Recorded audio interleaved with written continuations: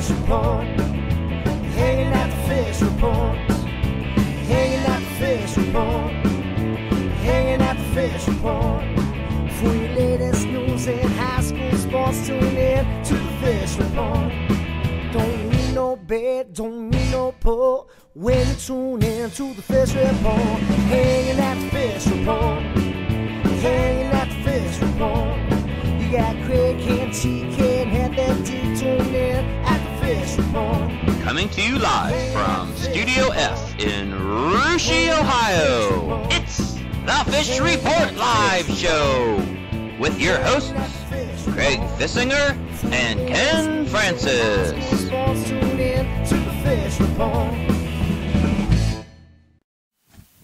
Good evening, everyone, and welcome to another Fish Report Live. I'm Craig Fissinger. That is Ken Francis. We're your host. Thanks for joining us. Back in our sound room tonight, it's TK and Heavy D. We're going to talk to them a little bit later in the show. And out in Studio R, it's Covey and Kearns. Always excited to talk to them. Ken, another fun night on FRL talking girls and boys basketball. Yes, it is, Craig. A lot of Shelby County League coverage tonight, Craig. A lot of tournament coverage on the girls' side. We're going to do a little predicting of the seeds for the boys' tournament draw coming up this weekend. In a big interview, Craig, we're going to talk to the most famous voice in Shelby County, and that's Jack Kramer, the guy that does it all on scoresbroadcast.com, Craig. He's broadcast over 3,000 sporting events in the Shelby County area, and he's a lot of fun to listen to. He brings a lot of energy to Shelby County basketball, and he's never short on words, Craig, so we're going to have to allow plenty of time for Jack tonight, and it's going to be a great interview and really looking forward to it. Yeah, we tried to actually line him up last year, but it was during tournament season, and he's a busy guy during that time of year, so our schedules didn't quite work out, so awfully excited to have him on the show tonight. And speaking of Jack, he is the subject of tonight's poll question.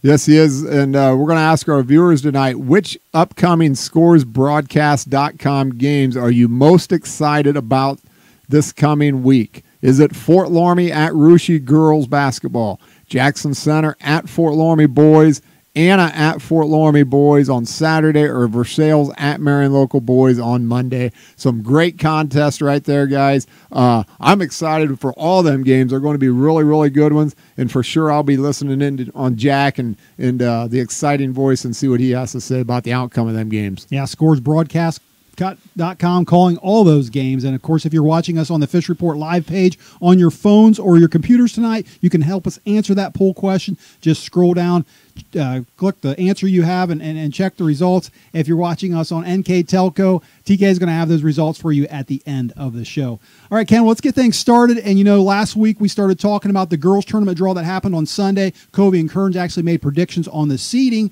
All that, those brackets were computed or figured out there on Sunday. So we want to go to those guys and find out, have them break it down. Who do they think is going to come out of that top bracket? Who's going to come out of that lower bracket? And for all that, let's go out to Studio R and check in with Covey and Kearns. Well, Loramie got the first seed first off, and that's not shocking, and they're going after that Cincinnati region. I believe they'll come out of the sectional, but last week we talked on the show and said that Jackson Center could be a possible surprise, and they played just last Saturday. I was at the game. Jackson Center was up 4 heading into halftime, and almost probably would have won the game if Olivia Clark hadn't rolled her ankle. Yeah, that was definitely huge for them. I saw the score at halftime, and I thought that maybe Jackson could pull that one off. But, yeah, the main girl on the floor for them, Olivia Clark, really put them in a rut, getting hurt in the third quarter, and Loramie was able to run away with it.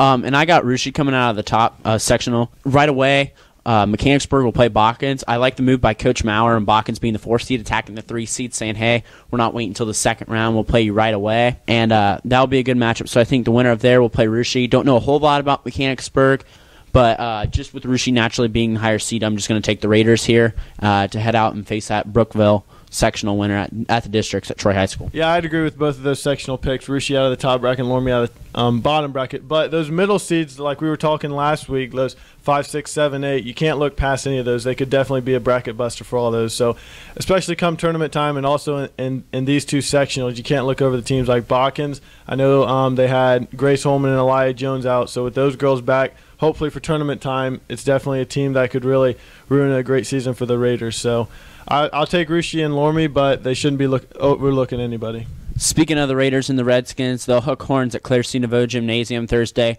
Redskins already got the league title. wrapped up. Being 11-0 with one more win, they'll complete a perfect regular season in the Shelby County. What do you expect, Daniel, and what's your outcome for the game? I think I'm going to take a Fort Laramie Redskin victory here. I know Rushie's been playing some great basketball, but I think what Laramie has and how they've been playing, especially with 11-0, already winning the league, and just that confidence coming in, I think they'll show their dominance and get the Raiders with a 46-40 win. Even though the league title's out of the Raiders' reach here, I'm going to take the Raiders in an upset being on senior night. I think they're going to be amped up a little more for this game, not getting that number 1 seed, which I didn't think they deserved in the first place, but I think they're going to be amped and jacked for this game, and it's hard to get through the SCL unscathed without a loss here. So I'm going to pick the Raiders here in an upset of about 35-31. And that's all we have from Studio R. Back to you guys. All right, great stuff, guys, and thanks for that. And Ken, as Covey mentioned, still got a little bit of league left to play, and that Thursday night, that big Russia Laramie game. Looking forward to that. Let's check out those SCAL standings one last time and see where we're at. Well, like the guy said in the sound room in the other studio, but the game doesn't mean a whole lot for league standings go. But Fort Laramie sitting at 11-0, Russia at 9-2, and Anna at 8-3. So the Redskins have locked up the Shelby County League Championship in girls basketball. They've had a tremendous year. Coach Timmerman and his squad at Russia again are having a great year as well. So the game means a lot, though. I think means more probably for Russia than it does for Laramie. I think Russia wants to gain a head of steam. I think that it would look really good if they can go in and knock off the Redskins at home on senior night. But, it's going to be a tough game. I think it's going to be well played. But these two teams, they could meet again down the tournament road. So don't expect either team, Coach Siegel or Coach Timmerman, to share any secrets in that game. Not sure how they would pair up in the regionals, but if that could be a potential regional semifinal matchup, don't be surprised if neither team shows a whole lot of secrets. Yeah, both teams having great seasons, and I agree with you. That could very much be a matchup we see down the tournament trail. All right, Cam, let's quickly talk about boys, and let's take a quick look at their standings a week behind the girls, but let's see where the SCAL is at in boys basketball.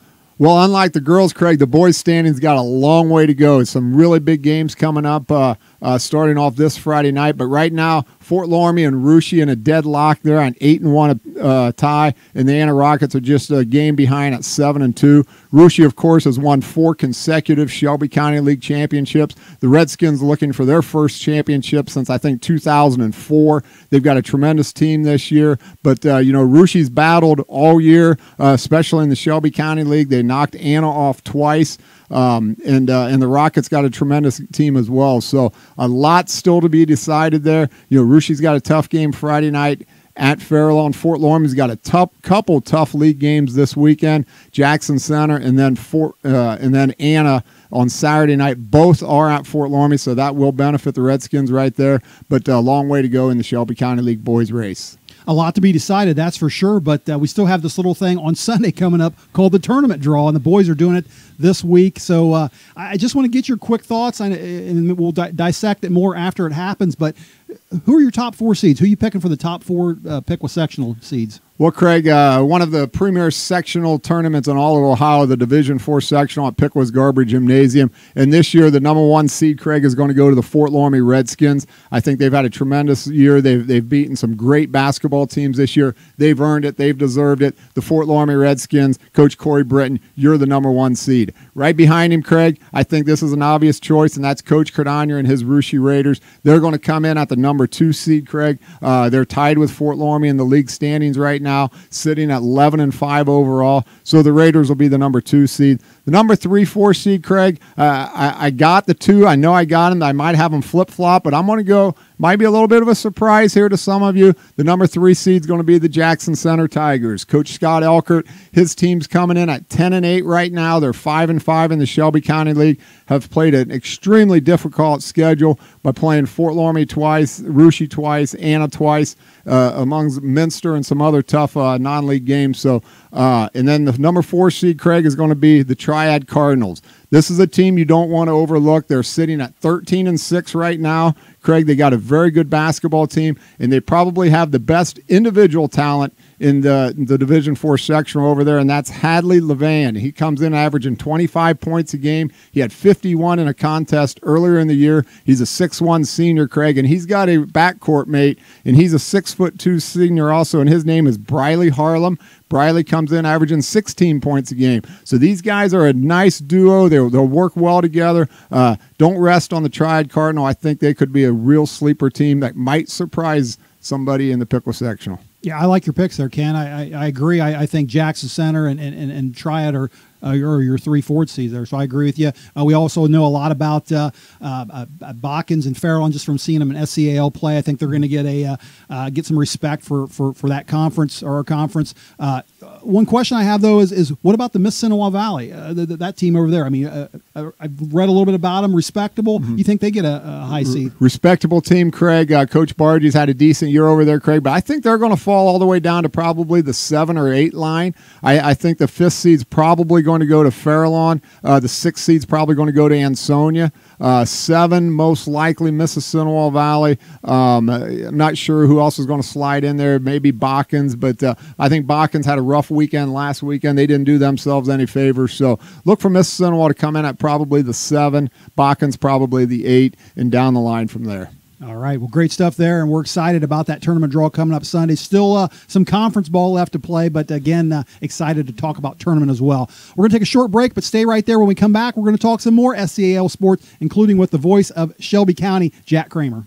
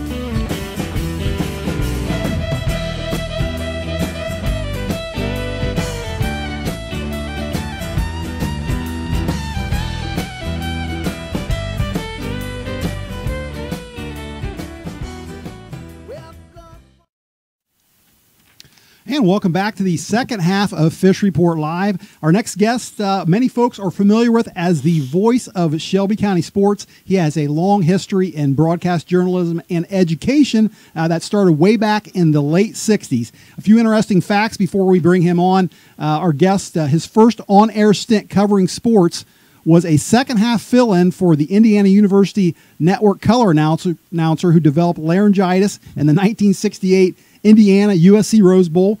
He made his debut after O.J. Simpson was stopped twice in a row on 3rd and 3 and 4th and 2 by saying to the IU Network play-by-play guy, "The Hoosiers have bottled up the juice."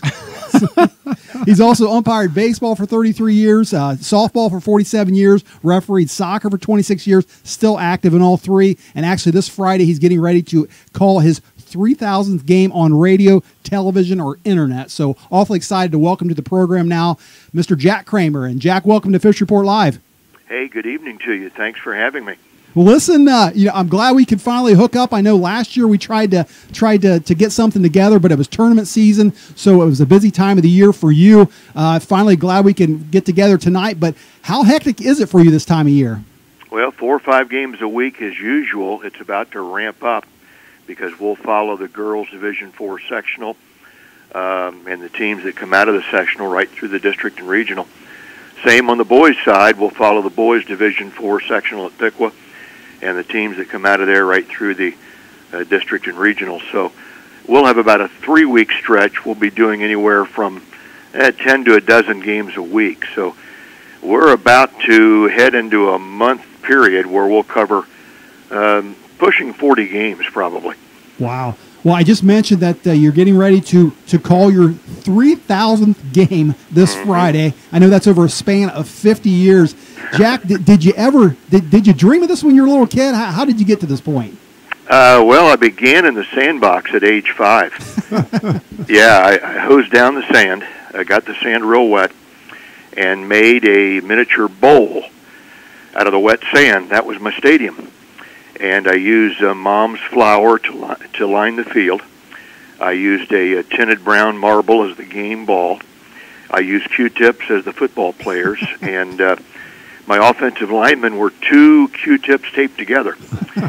And I described what was going on, and Mom and Dad would come to the back porch at about 9:30, 9:45, middle of the summer, and say, "Hey, Jack, cool it, calm down.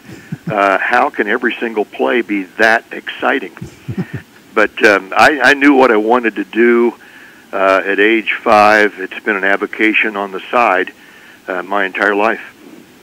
Jack, hi, this is Ken Francis. Let's talk a little bit about your partner in crime over there, and that's Chuck McBee. Oh yeah. Explain to our listeners out there, how did you and Chuck partner up together, and what is there a lot of chemistry involved with doing games together? I listen to you a lot on radio. You guys sound great, and I guess it's kind of like playing with somebody on the basketball court all the time. You just get to know them, right? Yeah. Here's the background. Jeff Bray and I were on the radio for about 5 years, WMVR-FM in Sydney. And then in 2006, 2007, Jeff said, we're not going to be able to continue this much longer here on the radio because the word on the street is the radio station is going to cut local sports, local news, local public service. And he said, we've got to take our gig to the internet. He knew of someone who had a server available free of charge in a closet. And I couldn't even spell the word. In fact, the first few times I spelled it INNERNET. I spelled internet wrong. And I thought our voices would get lost out in space somewhere. I really had my doubts. The rest, as they say, is history. Jeff was a pioneer along with me on ScoresBroadcast.com. SCORES stands for Shelby County Online Radio Entertainment System. And after 4 years or so, Jeff moved down to South Carolina. He does dispatching for a large county law enforcement organization. And Chuck McBee was available. I knew Chuck's younger brother, who has passed. I knew Jim real well. And between Jim and Chuck, they assisted me. And Chuck's been a close partner now for about 6 or 7 years.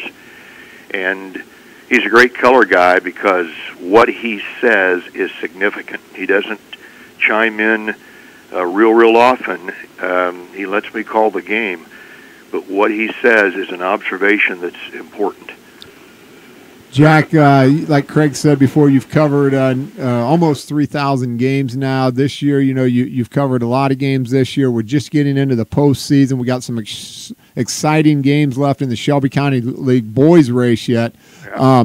But is there a game or two in the last several years that really sticks in your mind? I guess calling 3,000 games, I'm sure a lot of them have been fantastic. But just say in the last recent 3 or 4 years, is there a game or two that really sticks into Jack Kramer's mind? Well, if I can go back to the mid-1980s, it was not a high school game. It was Ohio State-Illinois football. Keith Byers' 67-yard touchdown run when I was on the air on TV describing Ohio State football. Those games were played back on Saturday night and Sunday morning on 20 PBS stations statewide. We treated them like a live program on Saturday afternoon. Only 2 or 3 Ohio State games back then were shown live on Saturday. Not the case today. All of them are on live. But Keith Byers took off and 20 yards downfield, lost one shoe, and went all the way to the end zone. I didn't say many words during that run. I just said, look at the shoeless Byers go. And when he got to the end zone, I said, Illinois caught up with his left shoe, but not his right. And so that was probably my most memorable call of a contest, football, basketball, or any sport. High school hoops, I tell you what comes to mind quickly are the games this year. The buzzer beater by Justin Arns for Versailles against Anna. The Anna-Fort Loramie overtime game. The two Russia wins over Anna this year. The Fort Loramie win at Versailles. All of these boys' basketball games generated 1,600 IP addresses in the form of listenership for us at the ends of those games. And those were all exciting. Chuck and I would say in the pregame, hey, this will go right down to the wire. It should be a photo finish. And lo and behold, an hour and a half later, we're repeating those same words because we've had so many great games just this year in high school basketball. On the girls' side, probably the most memorable day for me was back in 2013 when Anna girls and Fort Loramie girls both won the state title same day, 2 hours apart, in Columbus. Anna Division III, Fort Loramie Division IV. Two girls teams, same league, same county, same day in Columbus. That'll never happen again. But certainly that was extremely memorable. I'll never forget that. I've got a big poster of the two teams down here in the den. I'm looking at it right now. Jack, let's you spoke a little bit about the boys race, the Shelby County League boys race this year. You talked about some big games you've covered. You look at the standings, and I think to a lot of people, a big surprise is the Russia Raiders sitting there tied with Fort Loramie on 8-1. I think they've flown under the radar all year. Maybe it's because they have not played real well in the non-league side of the schedule. But boy, I'll tell you what, Coach Cardonier, he's got his team right where he wants them. Does it surprise you? Again, they've been under the radar all year. A lot of talk about Fort Loramie, a lot of talk about Anna. Not a whole lot of talk about Russia, but when you look at the standings, they're right there at the top, same place they've been the last 5 years. Well, Chuck and I have always liked the Russia Raiders. I don't think there is a big home court edge in the county. You play the round robin. Everybody knows each other extremely well. But Chuck and I do agree, if somebody does have a home court advantage, it's the Russia gym. It gets hot in there. It gets loud. The noise reverberates. And it seems like the Raiders, if anybody, has a home court edge. I love Spencer Cordonier. He mixes the zone press, the zone half-court defense with man-to-man. It really perplexed Anna, for example, in the game at the Rockets gym. And Mason Dayport is a key. He's coming on strong. The young sophomore is an outstanding player, and he's taking control. He's making the right decisions. And Russia's going to be dangerous. Fort Loramie's got a stiff challenge. The Redskins have got to beat Jackson Center, Anna, and Russia in a row in order to take the league outright. Who knows?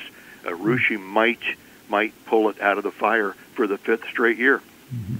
Listen, Jack, we won't hold you up too much longer. We know you got a busy weekend coming up. Matter of fact, you're the subject of our poll question tonight. We were asking our viewers which one of your games, your many games you're calling this weekend, which one are they most excited for. But I've got one more question, and it's on more of a little bit more of a serious note. But there was a news story that came out last week about a local online broadcaster that's actually been banned from calling games in the Midwest Athletic Conference because of, quote, disparaging comments made towards opposing players in schools.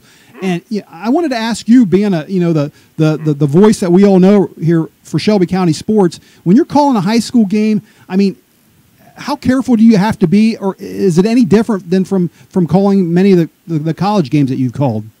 I never have given any thought to that, simply because I practiced marketing and public relations at two community colleges all my life for 35 years. So when it comes to anger management, I'm able to maintain control. I referee 3 sports, so if it's a tough decision made by a coach, a tough decision made by a referee, I just say, hey, the man in stripes was on it.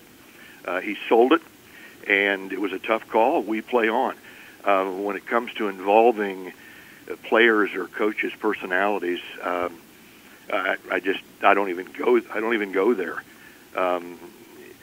There's always a good play made by someone when there is a mistake made in the course of that play. So we try to compliment the young man or young lady who made the play that contributed to the whatever it might have been, a floor error, a bad pass, a poor shot. So that's the way I approach that. Something like that would never happen to me. No.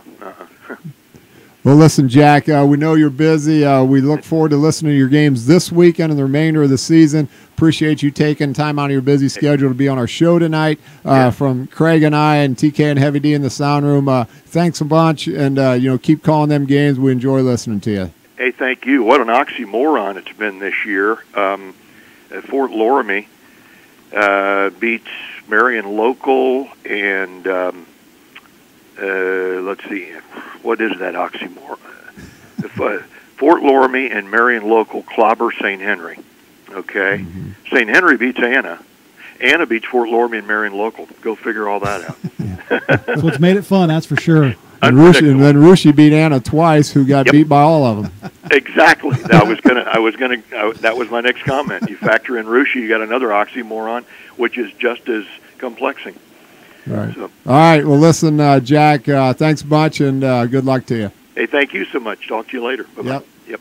All right, that was the voice of Shelby County Sports, Jack Kramer. Fun to talk to him. And let's go back to the sound room real quick. And Heavy D, I understand, we were talking basketball back here. I understand you want to talk Rockets. Big week for the U.S. space program. Yeah, not the Anna Rockets, but SpaceX Falcon Heavy took off from 39A platform down at Kennedy Space Center yesterday. And what a show that was. 230 feet tall, Falcon Heavy, 5 million pounds of thrust. Took off from the same platform at Kennedy Space Center that the Apollo moon missions, Saturn V rockets took off from it. And the cherry on top of that sundae was Elon Musk's cherry red roadster that he put on top of the Falcon Heavy, and that thing's flying around the asteroid belt right now. So if you didn't see that, go check it out on YouTube. Type in Falcon Heavy and enjoy the ride. I didn't know Heavy D knew so much about rockets. Well, I tell you what, he got me involved with it about a year ago, and I tell you what, I love watching it too. Follow Elon Musk on social media. He's a great follow and interesting man, and I'll tell you what, I agree with Heavy D. It was a lot of fun to watch. Other than my honeymoon, my favorite vacation was to the Kennedy Space Center about 2 years ago. But don't tell my wife and kids that. All right, TK, well, I'm not going to ask you about rockets, but I do understand you have a couple bits of breaking news. Yes, we do, Craig. One sports related, hit that one first. This is coming from Mark Pendleton of the Dayton Daily News, just out this afternoon. The superintendents, principals, and athletic directors from the GWalk met at their annual winter meeting. Unfortunately, they don't get to go to Florida or LA or anywhere like that. They were in Huber Heights, but a big bomb was dropped as the North and South teams in the American Conference portion of that league want out, and they want to make up their own league. That's their intention. But also as big as the change there, they want to exclude South member Trotwood Madison. Of course, this doesn't make Trotwood Madison very happy. Some of the teams we're talking about, teams we follow, Sydney, Yellow Jackets, Piqua Indians, Troy Trojans, and Greenville Green Wave. So we'll see what happens. Be sure to tune in to Dayton Daily News and Mark Pendleton for more on that in the coming days. Big story and very interesting there. And also more local news here in Rushi. This came out on Fish Report Twitter, or maybe I think it was your Twitter earlier today. Former Anna student athlete and Ohio State basketball star Sarah Schultze, who played for the Buckeyes back in 2011, is now a nun, and she is Sister Mary Xavier. She will be in Rushi and the Claire C. Nouveau Gymnasium on March 18th. That's a Sunday from 3 to 5 to talk about her life, her trials and tribulations as she's given her life over to God and all that's come of that. So a big event there should be very interesting. Yeah, we're awfully excited to be a part of that. That's for sure. Absolutely. That's going to be that's going to really be interesting and be a great thing for everybody to go see. All right, great stuff there, TK. And hang in there because we have one more thing to get to, and that is tonight's poll question. Ken, why don't you read it for our viewers one more time? For our viewers out there, which upcoming scoresbroadcast.com game are you most excited about? Fort Loramie at Russia Girls, Jackson at Fort Loramie Boys, Anna at Fort Loramie Boys, or Versailles at Marion Local Boys? TK, what are the telemetrics saying? The telemetrics are giving us a tie. We've got the Russia Loramie girls game with 45% and the Anna Fort Loramie boys game with 45% of the votes. So both good games, and as you said, Ken, every one of them are going to be good games, but those are our top two. All right, good stuff there. I'll be tuning in. I'll actually be at that Russia Fort Loramie girls game, but I might be tuning in for the rest of those games. That's for sure. All right, and that's going to wrap things up for us tonight. We do want to say special thanks to our guest, Jack Kramer, for joining us on the show. For TK, Ken, Heavy D, the whole crew here at Fish Report Live, Covey and Kearns. Thanks for tuning in, everyone. We'll be back next week. See you then. Hanging at the fish report. Hanging at the fish report. Hanging at the fish report. Hanging at the fish report. For your latest news and high school sports, tune in to the fish report.